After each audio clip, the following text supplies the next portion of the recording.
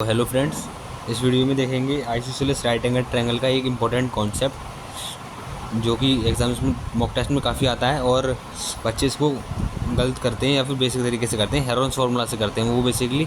तो मैं इसका शॉर्टकट बता रहा हूँ आपको। अगर आपको कभी आइसोसेलेस राइट एंगल ट्रायंगल दे रखा हो जिसकी ये दो साइड इक्वल हो और जो है 90 डिग्री का एंगल बन रहा हो, तो इसको हम बोलते हैं आइसोसेलेस राइट एंगल ट्रायंगल। यानी कि ये राइट एंगल भी है और इसकी आइसोसेलेस भी है क्योंकि दो साइडें इक्वल हैं। तो इस केस में ये देखो, ये दोनों, ये तो 90 डिग्री का एंगल हो गया, ये दोनों 45 के हो जाते हैं।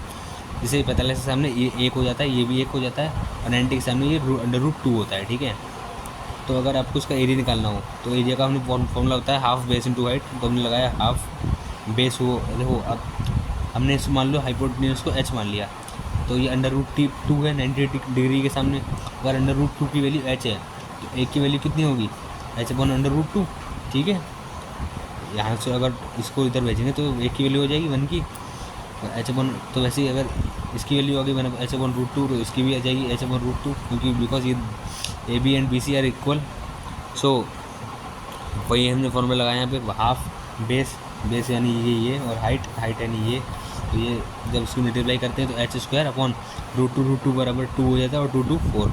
तो एरिया का फॉर्मूला डायरेक्ट आ गया है h²/4। अगर आपको ऐसा राइट एंगल दे रखा हो ट्रायंगल तो आपको कुछ नहीं करना है, बस इसका जो h दे रखा है हाइपोटेन्यूज उसका स्क्वायर करके 4 से डिवाइड कर देना है, तो उसका एरिया आ जाएगा। ठीक है, और पेरीमीटर की अगर बात रही तो पेरीमीटर को हम जोड़ते हैं।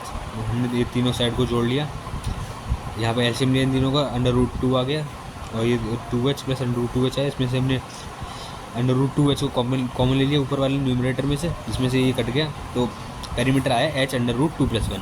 तो पेरीमीटर के केस में भी आपको कुछ नहीं करना है, जितनी साइड दे रखी हुई, मान लो h अगर 8 सेंटीमीटर दे रखी है तो यहाँ पे बस 8 लगा दो और √2 + 1 एज इट इज़ रहने दो, वो ऐसे ही रहेगा। ठीक है, जैसे एक एग्जांपल देख सकते हो आप। ये एक क्वेश्चन था, मैंने क्वेश्चन तो उसमें आपको एरिया दे रखा था 200। ठीक है, एरिया 200 दे रखा था, तो हमने उसकी हाइट निकालनी थी, तो हमने वो एरिया वाला फॉर्मूला लगाया, ये वाला 200 बराबर h²/4। ठीक है, तो ये आ गया 200। फिर हमने जैसे h² बराबर 4 को इधर भेजा, 800 हो गया, और 800 का अंडर रूट निकाला तो 20√2 इसकी हाइट आ गई।